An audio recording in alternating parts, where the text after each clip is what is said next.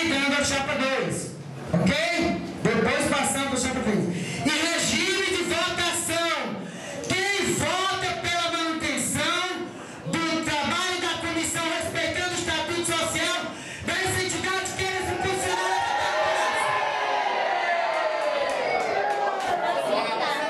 Pode sentar, por favor.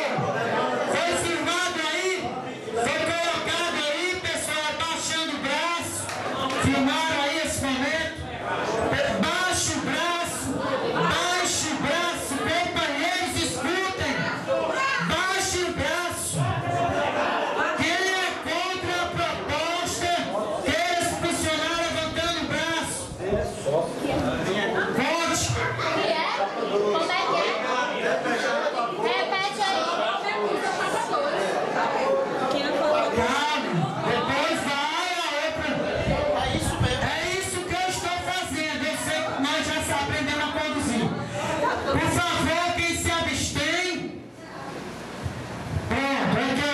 Proposta da chapa 2. Pela manutenção